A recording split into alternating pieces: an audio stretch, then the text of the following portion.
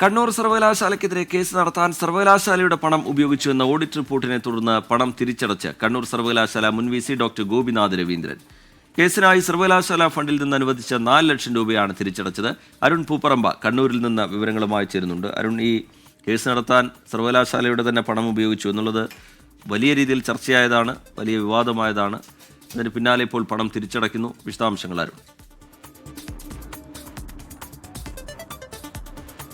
റിജിത്ത്, ആ സാങ്കേതിക സർവകലാശാല VC നിയമനവുമായി ബന്ധപ്പെട്ട് അത് നിയമനം റദ്ദാക്കുന്നതുമായി ബന്ധപ്പെട്ട് സുപ്രീം കോടതി വിധി ഉണ്ടായിരുന്നു. അതായത് ഒരു പേര് മാത്രം ഈ നിയമനത്തിൽ ശുപാർശ ചെയ്ത അത്തരം നിയമനങ്ങൾ, അതായത് ഒരു പേര് മാത്രം ശുപാർശ ചെയ്ത നിയമനങ്ങൾ റദ്ദാക്കുക എന്നതായിരുന്നു ഈ സാങ്കേതിക സർവകലാശാല VC നിയമനവുമായി ബന്ധപ്പെട്ട സുപ്രീം കോടതി വിധി.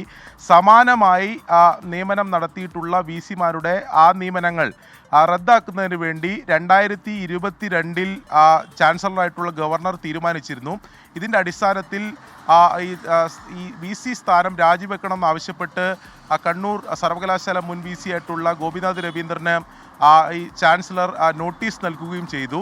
ഇതിനെതിരെയാണ് ഗോപിനാഥ് രവീന്ദ്രൻ ഹൈക്കോടതിയെ സമീപിച്ചത്.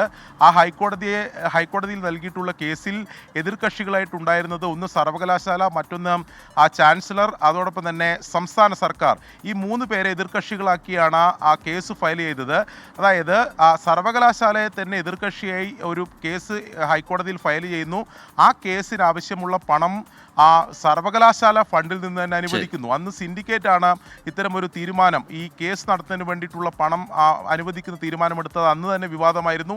പിന്നീട് 2022-23 ഓഡിറ്റ് റിപ്പോർട്ടിൽ ഇത് ക്രമവിരുദ്ധമാണെന്ന് ചൂണ്ടിക്കാണിക്കുകയും ചെയ്തു. അതിന് പിന്നാലെയാണ് ഇപ്പോൾ ഗോപിനാഥ് രവീന്ദ്രൻ നിയമപരമായ പണം 4 ലക്ഷം രൂപ തിരിച്ചടച്ചത്. അരുൺ പൂപ്പറമ്പ കണ്ണൂരിൽ നിന്ന് വിവരങ്ങൾ നൽകുകയായിരുന്നു.